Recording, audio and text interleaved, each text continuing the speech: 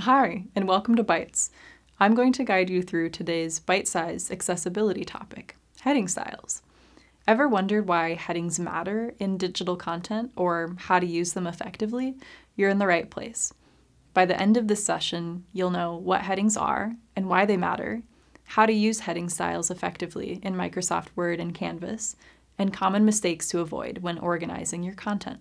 Let's get started. Heading styles aren't just bigger or bolder text. They're structural elements that organize content and help users navigate it. From heading style 1 to heading style 6, each heading level has a purpose, creating a clear content hierarchy. Think of headings as a table of contents for your digital content. They guide readers and screen readers through your material, making it easier to understand and access. Headings aren't just for looks. They're essential for accessibility. Screen readers use headings to let users skip directly to sections that they care about. They're also essential for navigation. Well-structured headings make it easy for everyone to scan and find information quickly. Imagine you're a student using a screen reader trying to find the assignment due date in an online course syllabus. Properly structured headings let you jump straight to the assignments or deadline sections without scrolling through pages of text. It saves time and ensures you don't miss important information. We've explored what heading styles are and why they're important. Now, let's see them in action. Let's get started by adding headings to a Word document.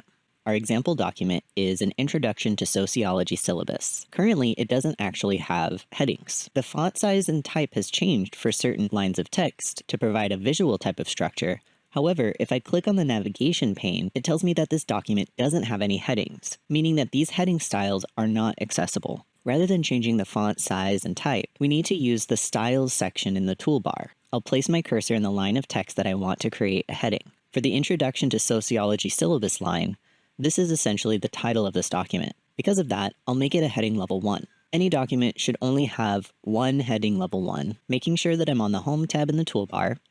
I'll look now to the Styles section, and I'll select Heading 1. You'll see that this changed the font size and type of my heading. That's because it's not only providing an accessible structure, but it also adjusts the appearance to indicate the hierarchy of information. My next heading is Course Objectives. That falls under the title of this document. Because of that, I'll make it a heading level 2. I'll place my cursor on the line that says Course Objectives in my document. Up in the Styles toolbar, I don't see the option for heading 2, because I have to click this little drop-down arrow to get more options.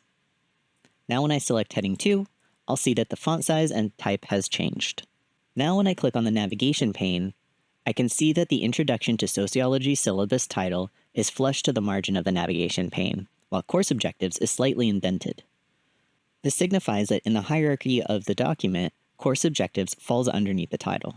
We want to be sure also that we're not skipping heading levels. For example, I wouldn't want to make Course Objectives heading level 3, because that skips our heading level 2.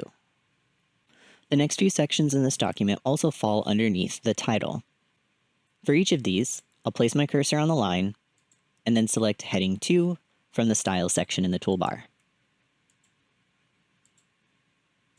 If I now wanted to change the font size of one of my headings, I can go ahead and do that, and it'll still maintain its heading level.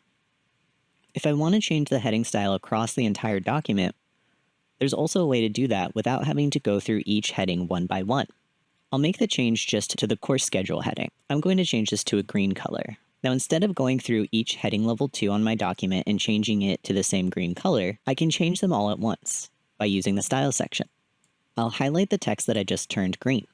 Then up in the Style section of the toolbar, I'll right-click on the Heading 2 option and select Update Heading 2 to match selection. This changed all of the heading level 2s in the document to that same green color.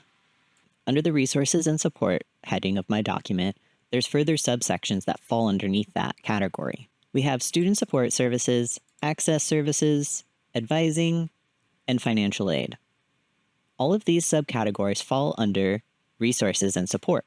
Because Resources and Support is heading level 2, these subsections are going to be heading level 3. To do this, I'll follow the same steps as before by placing my cursor on the line, and in the toolbar, clicking the drop-down for heading styles and selecting Heading 3. Once I've added all of my heading level 3s, I can see in the navigation panel that all of those subsections are now slightly more indented than Resources and Support. This makes for a clear hierarchy of information. Now, when somebody is looking for specific information in this document, they can use this navigation panel to quickly get to that section. If I need my document to be a PDF, I can set up the heading styles in Microsoft Word and then export it as a PDF, and all of those accessibility settings will transfer. To do this, I'll click on File, Export, and Download as PDF. When I open it as a PDF, I can also check its navigation panel on the side. And I can see all of my headings are set up correctly. Now let's take a look at how to add headings inside Canvas. Just the same as I did in Word, I'm going to place my cursor on the line of text that I want to turn into a heading. The first one, of course, is Introduction to Sociology Syllabus. This is my first heading, and I should probably make it heading level 1. Heading styles in Canvas are accessed under a section called Blocks. By default, it'll set everything to paragraph style. When I click on this, I'll see the other heading options. You'll notice that it starts immediately from heading 2, and there isn't an option for heading 1. That's because in Canvas, the page title at the top of the page functions as your heading level 1. In Canvas, whatever text I want to be my heading level 1, I'll put into the title field. Now I can move on to my heading level 2s. For each line of text that I'm turning into heading level 2, I'll place my cursor, click on Paragraph in the toolbar, and change it to heading 2.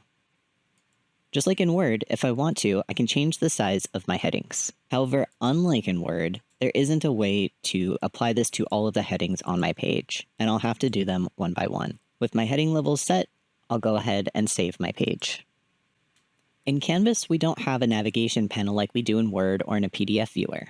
However, using the built-in heading styles is still important for accessibility. For someone using a screen reader, they can bring up an elements list that will show them all of the headings on the page and allow them to navigate with much more ease.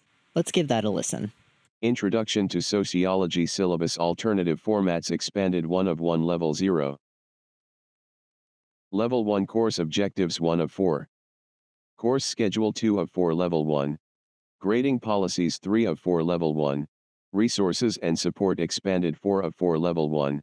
Level 2 Student Support Services 1 of 4.